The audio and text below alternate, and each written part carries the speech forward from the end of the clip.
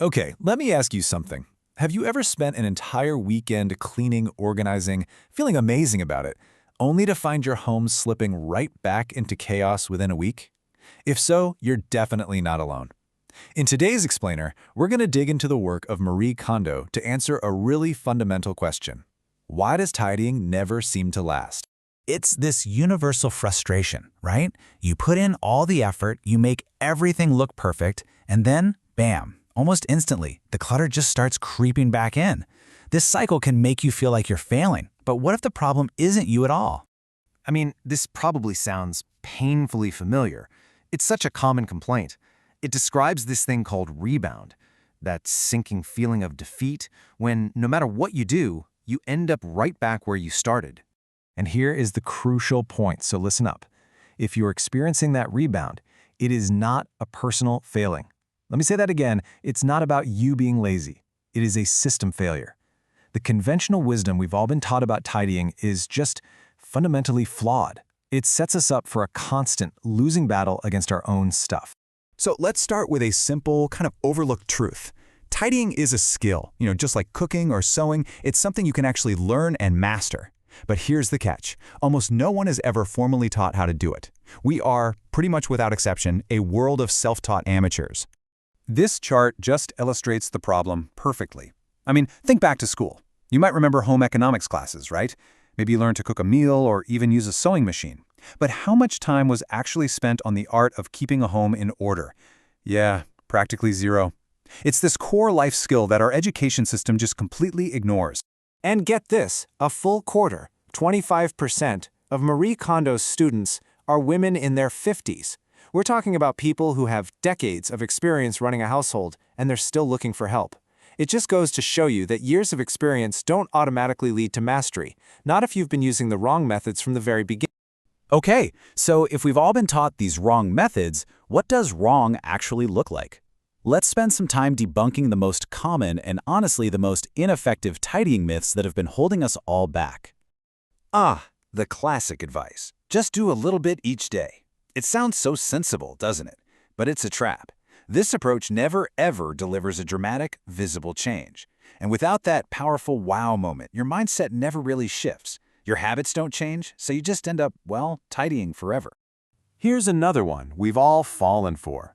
We think, oh, if I just buy enough clever boxes and cute bins, my clutter problem will be solved.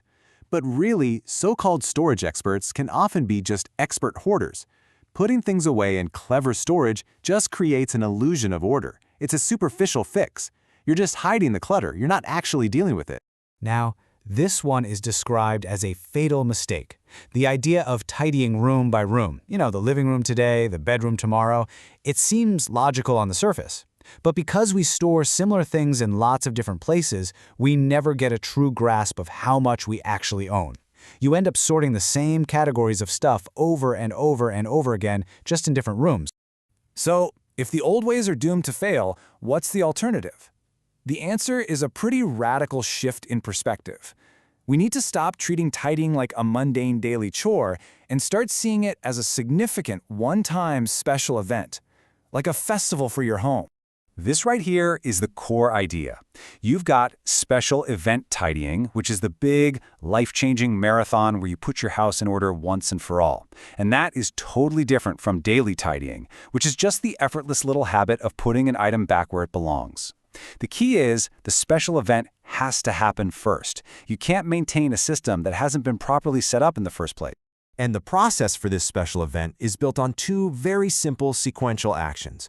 First, and this is the most important part, you have to decide what to discard. Only after you've finished that whole process can you move to step 2, deciding where to store the things you've chosen to keep. You simply cannot organize clutter. It has to go first. Now, I know that sounds incredibly intimidating. Perfection? But it's the key. By aiming for a perfect state of order just this one time, you experience a massive, profound change. The impact is so powerful that it actually transforms your mindset and your habits, making it almost impossible to slip back into your old ways. This is what stops the rebound. And this brings us to the real heart of it all. This whole process, it isn't really about your socks or your books or your kitchen gadgets. Tidying your physical space is actually a powerful tool for tidying your life. It's like hitting a giant reset button. We've all heard this saying, right? But let's look at it a different way. The visible mess in our homes can actually be a distraction. It's an instinctive reflex that pulls our attention away from the true internal sources of disorder in our lives. You know, the real issues we might be avoiding. So what happens when your room is finally clean and uncluttered? Well, there's nowhere left to hide. You have no choice but to look inward and examine your inner state. The process literally forces you to confront what you truly value, what your anxieties are, and what past attachments you might need to let go of. And this is the ultimate takeaway. The goal is not just to have a perfectly organized house. That's just the beginning, really. The real purpose of putting your house in order is to create the environment you need to live the life you actually want to live. So this entire process leads to one final powerful question that you have to ask yourself. Once all the physical and mental clutter that's been holding you back is gone, what does your ideal life actually look like? The answer to that question, well, that's the real reason to tidy.